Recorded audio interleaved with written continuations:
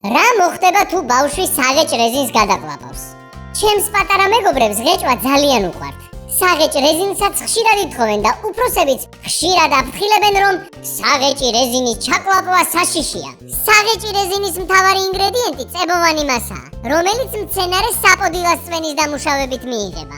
შემდეგ კი ემატება გემოსა და ფერის მიმცემი პროდუქტები, შაქრის შემცვლელი ნივთიერებები. ეს ნივთიერებები არ იწოვება ნაწლავებიდან.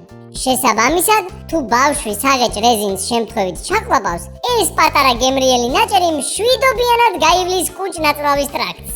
საფრთხე იქმნება მაშინ, თუ ბავშვი დროის მცირე მონაკვეთში დიდი რაოდენობის საღეჭ რეზინს გადაყლაპავს.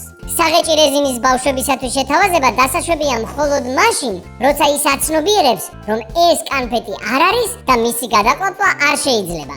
ეს დაახლოებით 4-5 წლიდან ხდება. სიყვარულით, თქვენი ჟოზე ექიმი.